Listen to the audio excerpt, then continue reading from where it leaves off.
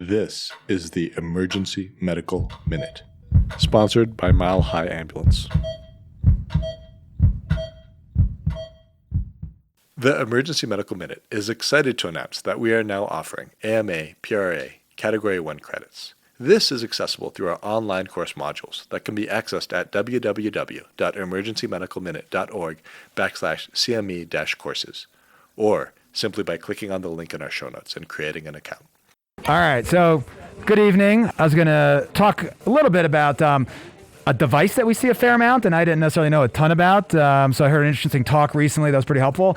It's talking about insulin pumps. So I know we have some people that might be experts on it. Maybe if I'm wrong on anything, they can chime in. But in general, the general idea is that it's a continuous infusion of a very fast-acting insulin, and it gives you a basal rate, just like pancreas does when it's working, and then you bolus yourself with the same insulin before you eat to kind of compensate for the amount of carbs that you're eating. They, can obviously be very nice. You don't have to inject yourself every time you need insulin. Some of them do kind of connect to also a continuous glucose meter that people have that they communicate, but most of the times they're separate and the person has to kind of input what their sugar is and how much they're eating and adjust it. So that's the general idea of how they work. So there's a couple issues that might come up when patients are in the emergency department. First thing is, let's say we have someone who's NPO because maybe they're going to have surgery. What are we supposed to do? Well, you're supposed to leave the pump alone, not necessarily bolus them because they're not eating, but they still need that continuous infusion of insulin, or they could potentially get hyperglycemic and go into DKA. You might want to monitor their sugars every so often, but it's not a reason to stop the pump just because they are NPO. And then the kind of other things that we might see patients for, the first one might be low blood sugars.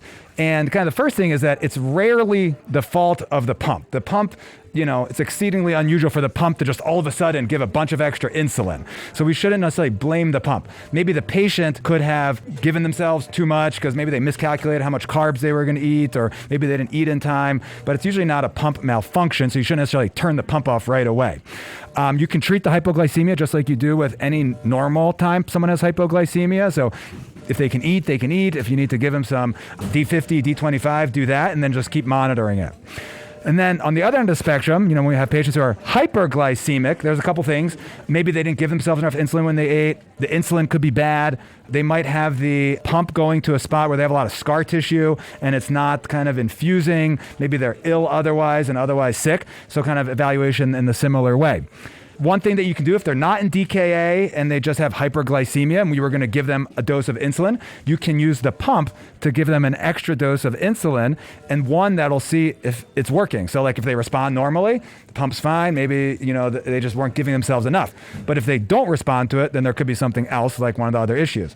And then if somebody is in something like DKA where they need an infusion of IV insulin, then we should probably stop the pump. If the patient is not awake enough to turn off the pump, apparently these pumps are very different from pump to pump. There's no pause button that's very easy to get to.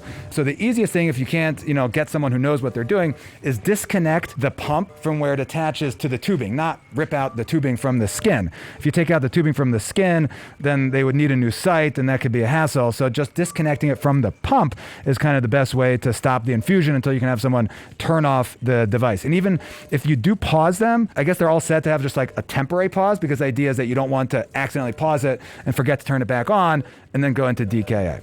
So kind of a couple quick things. The other thing is, if it's a kid, the parents usually know a lot how to take care of them. The patient's endocrinologist can be very helpful, but sometimes we might need to do the first couple steps until either the patient or someone else can help us.